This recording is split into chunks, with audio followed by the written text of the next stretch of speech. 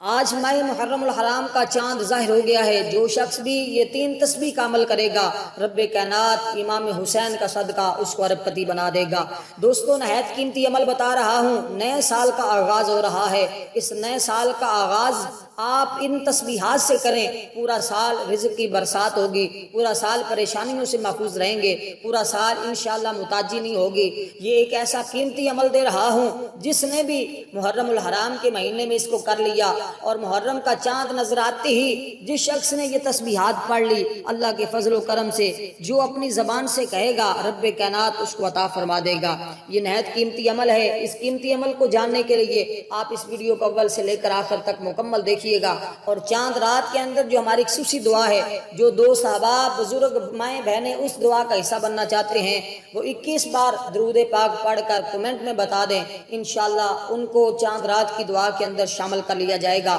چاند نظر آنے کے بعد آپ کے پاس 24 گھنٹے ہیں۔ 24 گھنٹوں میں کسی وقت بھی آپ یہ 3 تسبیحات پڑھ سکتے ہیں۔ بس آپ نے آسمان کی طرف منہ کر کے یہ تسبیحات پڑھنی ہوں گی۔ دیکھنا پھر آسمان سے کیسے آپ پر رزق کی برسات ہوتی ہے، کیونکہ یہ مہینہ بڑی فضیلت والا مہینہ ہے، بڑی عظمت والا مہینہ ہے۔ اس کے بارے میں حضرت عبداللہ ابن عباس حضور کے چچا بیان فرماتے ہیں، آقا علیہ الصلوۃ والسلام نے ارشاد فرمایا، جب حضور علیہ الصلوۃ والسلام مکہ مکرمہ سے مدینہ طیبہ تشریف لے گئے تو یہودیوں کو دیکھا آقا علیہ الصلوۃ والسلام نے کہ وہ عاشورہ کا یوم عاشورہ کا دن کا روزہ رکھتے ہیں۔ آپ نے ان سے پوچھا کہ یہ کیا ہے؟ انہوں نے کہا یہ اچھا دن ہے، اس دن اللہ تعالیٰ نے حضرت موسیٰ علیہ الصلوۃ والسلام اور بنی اسرائیل کو ان کے دشمنوں سے نجات دی اور انہوں نے روزہ رکھا۔ اور اس وقت حضور علیہ الصلوۃ والسلام نے فرمایا، تم سے زیادہ ہم موسیٰ علیہ الصلوۃ والسلام کو ماننے والے ہیں، بس آپ نے بھی روزہ رکھا اور روزہ رکھنے کا حکم دیا۔ اور اسی طرح حضرت ام المومنین عائشہ صدیقہ رضی اللہ تعالیٰ عنہ فرماتی ہیں، فرضیت رمضان سے قبل عاشورہ کے دن کا روزہ رکھا جاتا تھا۔ جب ابھی رمضان کے روزے فرض نہیں ہوئے تھے، اس سے پہلے جو مسلمان روزہ رکھتے تھے وہ یوم عاشورہ کا روزہ رکھتے تھے۔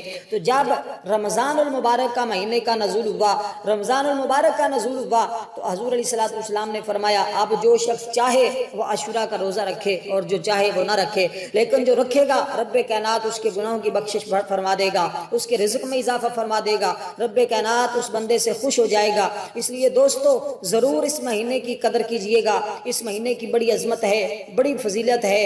اگر تم ماہ رمضان کے علاوہ روزہ رکھنا چاہتے ہو تو میرے آقا نے فرمایا کہ یوم عاشورہ کا روزہ رکھا کرو، کیونکہ یہ اللہ تعالیٰ کا مہینہ ہے۔ اس میں ایک دن ایسا آتا ہے جس میں ایک قوم کو توبہ اللہ تعالیٰ نے قبول فرمائی اور دوسری قوم کی توبہ قبول فرمائی۔ اور حضور علیہ الصلوۃ والسلام نے لوگوں کو رغبت دلائی کہ عاشورہ کے دن توبہ نصوح کی تجدید دی اور توبہ قبول کرے، جو توبہ کرے گا رب کائنات اس کی توبہ کو قبول فرما لے گا۔ اس لیے دوستو، جب آپ اپنے گناہوں کی بخشش آپ سے مانگیں گے، انشاءاللہ رب کائنات اس مہینے کے صدقے، امام حسین کا صدقہ، کربلا کا صدقہ آپ کے گناہوں کی بخشش فرما دے گا۔ اس لیے دوستو، جب بندے کے گناہوں کی بخشش ہو جاتی ہے، بندہ گناہوں سے پاک ہو جاتا ہے، پھر وہ رب کی بارگاہ میں اپنی زبان سے جو کچھ بھی کہتا ہے رب کائنات اس کو پورا فرما دیتا ہے۔ وہی بابا فرید سے کسی نے پوچھا تھا کہ حضور آپ زبان سے جو بھی کہتے ہیں رب کائنات اسی طرح کر دیتا ہے۔ آپ نے فرمایا کہ آپ نے یہ تو دیکھا کہ فرید اپنی زبان سے جو کچھ کہتا ہے رب کائنات اسی طرح فرما دیتا ہے، لیکن آپ نے یہ نہیں دیکھا کہ فرید نے 40 سال تک اسی طرح کیا ہے جس طرح اس کے رب نے حکم دیا ہے۔ تو جب آپ اپنے رب کی حکم کی فرما برداری کریں گے اور اللہ تعالیٰ کی اطاعت کریں گے، فرما برداری کریں گے، تو پھر اس کے بعد جو اپنی زبان سے کہیں گے رب کائنات وہی پورا فرما دے گا۔ اس لیے دوستو، یہ عمل کرنے کے بعد آپ اپنے حق میں دعا کریں، اپنی اولاد کے حق میں دعا کریں، اپنے رشتہ داروں کے حق میں دعا کریں، اپنے عزیز و اقارب کے حق میں دعا کریں۔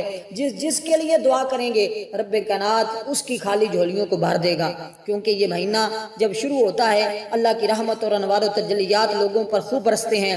جو بندہ جو بھی رب کی بارگاہ سے مانگتا ہے رب کائنات اس کو ضرور بضرور عطا فرما دیتا ہے۔ اس سے بڑا عمل شاید آپ کو کوئی ملے۔ اس لیے میں کہہ رہا ہوں، یہ اسلامی سال کا مہینہ ہے اور اس 10ویں تاریخ کو اللہ تعالیٰ کی بارگاہ میں بڑی بڑی قربانیاں پیش کی گئی۔ امام حسین نے اپنے سارے تن کربلا کی سرزمین پر شہید کروا دیے اور خود بھی شہید ہوئے۔ اس لیے علی اصغر بھی تھے، اون محمد بھی تھے اور 72 تن امام حسین نے کربلا کی سرزمین پر شہید کروائے۔ اس لیے دوستو، آپ جب ان کا وسیلہ دے کر اللہ کی بارگاہ میں دعا کریں گے، یہ 3 تسبیح کا عمل آپ جب شہداء کربلا کی ارواح کو پیش کریں گے، اس کے بعد انشاءاللہ دیکھنا